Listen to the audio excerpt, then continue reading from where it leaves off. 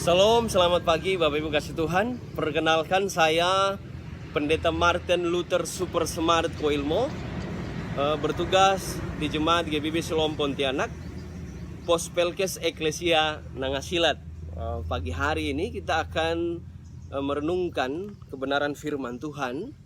Sebelum itu mari kita bersatu dalam doa. Terima kasih Tuhan, kami boleh mengalami pagi hari yang indah ini atas kasih dan pemeliharaan Tuhan. Dan untuk menjalani hari ini kami akan membaca dan merenungkan firman-Mu yang akan selalu menguatkan kami. Tuhan, biarlah Roh Kudus-Mu menuntun kami sehingga firman-Mu kami pahami, lalu dengan iman percaya kami menjalaninya dalam kehidupan kami hari lepas hari. Berfirmanlah ya Tuhan, karena kami anak-anak-Mu siap untuk mendengarkan. Amin. Bapak Ibu kasih Tuhan, pembacaan firman Tuhan kita pada pagi hari ini terambil dalam kitab 1 Petrus pasal 1 ayat 1 sampai ayat 12. Firman Tuhan, salam dari Petrus Rasul Yesus Kristus kepada orang-orang pendatang yang tersebar di Pontus, Galatia, Kapadokia, Asia Kecil dan Bitinia, yaitu orang-orang yang dipilih sesuai dengan rencana Allah, Bapa kita, dan yang dikuduskan oleh Roh, supaya taat kepada Yesus Kristus dan menerima percikan darahnya. Kiranya kasih karunia dan damai sejahtera makin melimpah atas kamu. Terpujilah Allah dan Bapa Tuhan kita Yesus Kristus, yang karena rahmat-Nya yang besar telah melahirkan kita kembali oleh kebangkitan Yesus Kristus dari antara orang mati kepada suatu hidup yang penuh pengharapan, untuk menerima suatu bagian yang tidak dapat binasa, yang tidak dapat cemar, dan yang tidak dapat layu, yang tersimpan di sorga bagi kamu, yaitu kamu yang dipelihara dalam kekuatan Allah karena imanmu, sementara kamu menantikan keselamatan yang telah tersedia untuk dinyatakan pada zaman akhir. Bergembiralah akan hal itu, sekalipun sekarang ini kamu seketika harus berduka cita oleh berbagai-bagai pencobaan. Maksud semuanya itu ialah untuk membuktikan kemurnian imanmu yang jauh lebih tinggi nilainya daripada emas yang fana, yang diuji kemurniannya dengan api, sehingga kamu memperoleh puji-pujian dan kemuliaan dan kehormatan pada hari Yesus Kristus menyatakan dirinya. Sekalipun kamu belum pernah melihat Dia, namun kamu mengasihinya. Kamu percaya kepada Dia, sekalipun kamu sekarang tidak melihatnya. Kamu bergembira karena sukacita yang mulia dan yang tidak terkatakan, karena kamu telah mencapai tujuan imanmu, yaitu keselamatan jiwamu. Keselamatan itulah yang diselidiki dan diteliti oleh nabi-nabi yang telah bernubuat tentang kasih karunia yang diuntukkan bagimu. Dan mereka meneliti saat yang mana dan yang bagaimana yang dimaksudkan oleh Roh Kristus yang ada di dalam mereka, yaitu Roh yang sebelumnya memberi kesaksian tentang segala penderitaan yang akan menimpa Kristus dan tentang segala kemuliaan yang menyusul sesudah itu. Kepada mereka telah dinyatakan bahwa mereka bukan melayani diri mereka sendiri, tetapi melayani kamu dengan segala sesuatu yang telah diberitakan sekarang kepada kamu dengan perantaraan mereka yang oleh Roh Kudus yang diutus dari sorga menyampaikan berita Injil kepada kamu, yaitu hal-hal yang ingin diketahui oleh malaikat-malaikat. Demikian firman Tuhan. Berbahagialah setiap kita yang membaca dan melakukan firman Tuhan dalam kehidupannya. Nah, Bapak Ibu kekasih Tuhan, biasanya kalau kita mendapatkan tugas pekerjaan ya.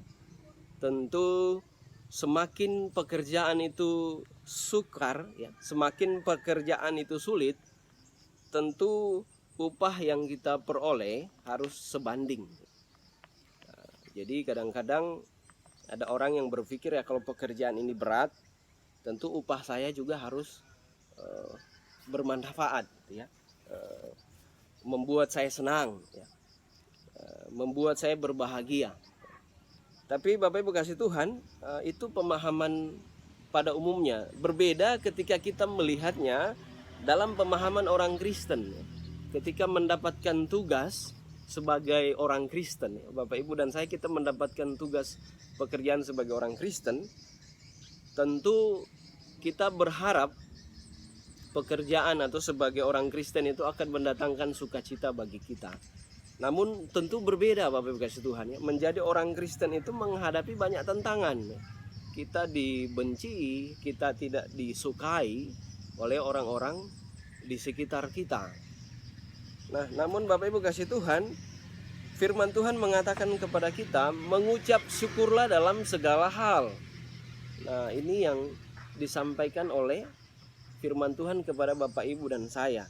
Nah, namun bagi sebagian orang ini kan sulit ya, sukar bagi kita untuk bersyukur dalam kondisi yang sulit. Tapi orang Kristen diajarkan ya untuk mengucap syukur dalam segala hal. Nah, mari kita lihat pembacaan firman Tuhan kita pada pagi hari ini, bagaimana Rasul Paulus kemudian mengarahkan iman para orang-orang Kristen yang hadir sebagai pendatang yang tersebar di Pontus, Galatia, Kapadokia, Asia Kecil dan Bitinia. Nah, Bapak Ibu kekasih Tuhan, konteks jemaat pada waktu itu mereka tidak disenangi ya, disenangi oleh orang-orang pada waktu itu. Kalau mereka Kristen maka mereka dibenci dan tidak disukai. Nah, ini yang menjadi persoalan dalam kehidupan jemaat pada waktu itu. Namun Rasul Petrus kemudian hadir ya. Dia ingin memberitahukan kepada orang-orang Kristen pada waktu itu bahwa mereka harus bergembira ya. Bergembira walaupun mereka sedang mengalami persoalan, tantangan kehidupan. Nah, ini sungguh luar biasa ya bahasa Rasul Petrus. Kalau kita bisa lihat di dalam ayat 6 ya, dikatakan begini, bergembiralah akan hal itu, sekalipun sekarang ini kamu seketika harus berduka cita oleh berbagai-bagai pencobaan. Nah, Bapak Ibu kekasih Tuhan, Rasul Petrus mengarahkan jemaat di daerah tempat dia melayani waktu itu untuk bergembira dalam situasi sekalipun ya mereka sedang berduka cita. Nah, inilah yang harus kita lakukan ya sebagai orang percaya.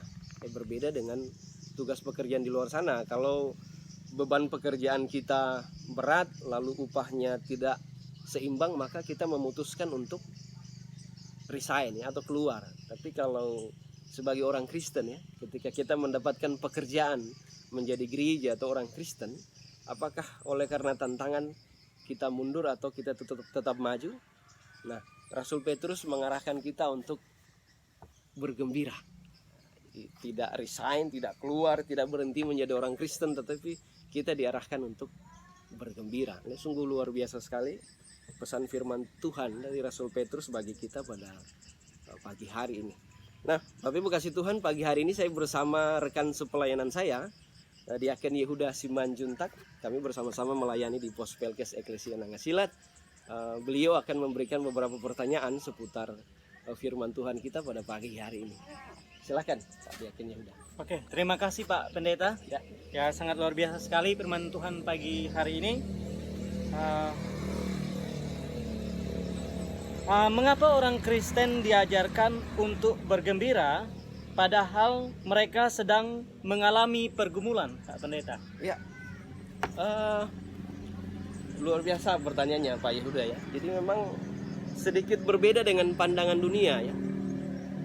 Bergembira menurut dunia adalah ketika kita mendapatkan sesuatu yang membuat kita senang, pekerjaan, gaji yang tinggi, hidup yang mapan, segala sesuatu enak gitu.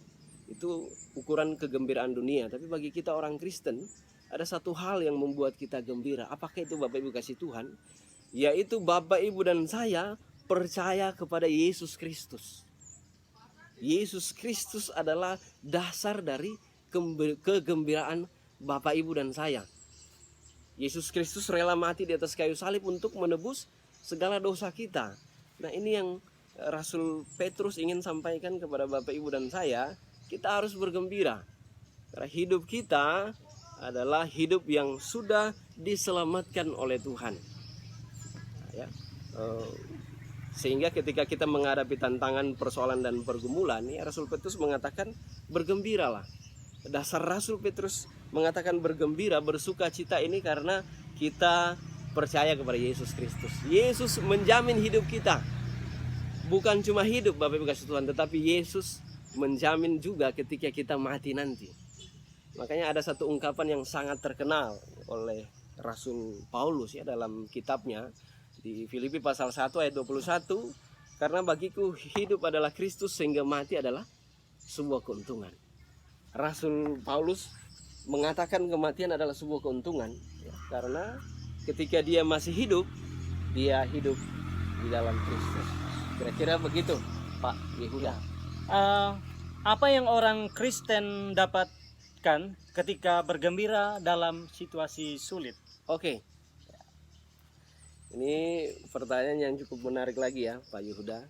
Apa sih yang orang Kristen dapatkan ketika bergembira dalam keadaan sulit? Nah, Bapak Ibu kekasih Tuhan, di sini kita lihat bahwa rasa syukur dalam kehidupan kita itu membuat kita lebih tenang. Ya. Jadi jangan sampai kita mengatakan sebagai orang Kristen, saya bersyukur kepada Tuhan maka segala persoalan saya hilang. Tidak, tentu tidak ya. Pergumulan dan persoalan itu akan terus datang silih berganti. Tetapi rasa gembira, sukacita, iman dan percaya kita kepada Yesus Kristus itu membuat Bapak Ibu saya menjadi tenang. Menjadi tenang, tidak khawatir, dan itulah yang membuat kita semakin baik ya, menjalani hari kehidupan ini di tengah tantangan dan persoalan yang kita hadapi. Kalau kita lihat di ayat 7 ya, yang dimaksud oleh Rasul Petrus di situ ialah membuktikan kemurnian imanmu. Nah, jadi iman orang Kristen menjadi semakin murni. Murni itu apakah persoalan tantangan iman Kristen menjadi hilang? Tidak. Tetapi setiap pribadi orang Kristen imannya itu semakin dimurnikan. Dia semakin dewasa. Dia semakin siap menghadapi tantangan. Jadi bukan semakin hilang tantangan dalam hidupnya atau persoalan itu hilang lenyap, tidak ya. Orang Kristennya yang kemudian dibenahi cara berpikirnya, cara berimannya kepada Tuhan. Dia semakin siap untuk menjalani hidup ini. Nah, ketika dia bergembira ya, menjalani semuanya itu, maka dia menjadi orang yang siap juang. Spiritualitasnya siap berjuang. Nah, inilah orang Kristen. Nah, Bapak Ibu kasih Tuhan, kembali dalam kehidupan saya, kehidupan Bapak Ibu dan kita semua sebagai gereja, juga khususnya bagi pos-pos Pelkes yang ada di pedalaman gereja-gereja. Setiap gereja GPB, firman Tuhan hari ini menguatkan kita ya, bahwa tantangan apapun yang kita hadapi, persoalannya bukan di tantangan ya, tapi bagaimana firman Tuhan mampu mengisi kita. Kita lihat di sini Rasul Petrus mengajak jemaat waktu itu untuk bergembira. Jadi Rasul Petrus juga pada zaman sekarang ini mau mengajak Bapak Ibu dan saya untuk mari kita bergembira. Mari kita syukuri bahwa Yesus rela mati di atas kayu salib bagi kita. Sehingga inilah yang membuat kita semakin tahan uji. Spiritualitas kita semakin siap berjuang di tengah tantangan yang ada. Nah, mari Bapak Ibu kasih Tuhan, kembali dalam kehidupan kita. Mari kita lakukan kebenaran firman Tuhan yang kita boleh dengarkan pada pagi hari ini. Terpujilah Kristus, haleluya, amin. Mari kita bersatu di dalam doa. Terima kasih ya Tuhan atas kebenaran firman Tuhan yang boleh kami dengarkan pada pagi hari ini, bagaimana Rasul Petrus boleh mengarahkan kehidupan jemaat untuk bergembira di tengah situasi dan tantangan yang mereka hadapi. Begitu pula bagi kami, jemaat GPIB, baik yang berada di kota maupun yang berada di pos-pos di pedalaman daerah Indonesia ini, kami mau belajar bergembira di tengah situasi dan tantangan yang sedang kami hadapi. Dengan bergembira tentu membuat diri kami semakin tenang, membuat diri kami semakin pasti, membuat iman kami semakin murni untuk melayani Tuhan dengan tugas tanggung jawab pelayanan yang Tuhan percayakan bagi kami. Terima kasih ya Tuhan. Hamba berdoa bagi gerejamu GPIB, biarlah gereja ini juga menjadi gereja yang bergembira, menerima tugas tanggung jawab pelayanan, menghadirkan damai sejahtera di tengah-tengah negara Indonesia ini. Berkati setiap gereja GPIB yang berada di kota maupun di setiap pos, di setiap pelosok daerah bangsa kami Indonesia. Biarlah juga kami hadir bergembira dan membawa sukacita kasih Tuhan di tengah-tengah lingkungan di mana kami berada. Terima kasih Tuhan bahwa Engkau rela mati di atas kayu salib untuk menebus segala dosa-dosa kami. Inilah yang membuat kami sebagai orang Kristen, sebagai gereja bersyukur, bersukacita dan bergembira di tengah-tengah pergumulan tantangan kehidupan yang kami hadapi. Ya Tuhan, inilah doa dan ungkapan syukur hati kami yang kami naikkan hanya di dalam nama anak-Mu Yesus Kristus yang telah mengajar kami untuk berdoa bersama. Bapa kami yang di sorga, dikuduskanlah nama-Mu, datanglah kerajaan-Mu, jadilah kehendak-Mu di bumi seperti di sorga. Berikanlah kami pada hari ini makanan kami yang secukupnya, dan ampunilah kami akan kesalahan kami, seperti kami juga mengampuni orang yang bersalah kepada kami. Dan janganlah membawa kami ke dalam pencobaan, tetapi lepaskanlah kami daripada yang jahat. Karena Engkaulah yang mempunyai kerajaan dan kuasa dan kemuliaan sampai selama-lamanya.